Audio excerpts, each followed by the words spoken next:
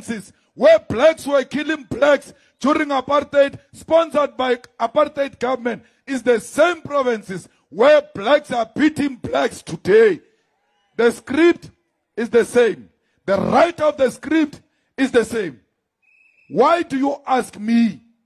Unkupa orna, koncha ngwana, ko skolong ka is not South African. Ke munche ko skolong, ke fetche ke shebe waka, ke be proud father.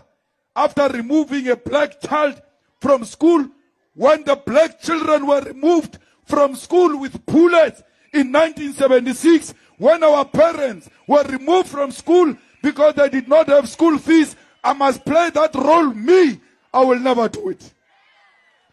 I'm not going to take a pregnant woman out of a clinic because she's not South African. She gives birth of an African child at the gate, and that child dies.